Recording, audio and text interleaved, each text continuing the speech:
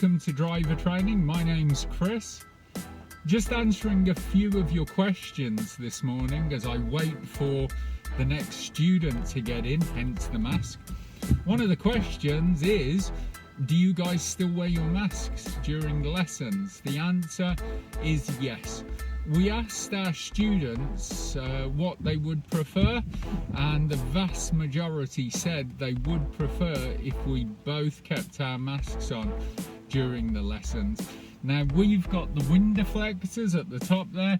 As you can see, the windows are always open on both sides of the car. We just adjust either the aircon or the heater as the need may be, because as you can see, it's a very sunny day here in the sunny Shire of Shropshire.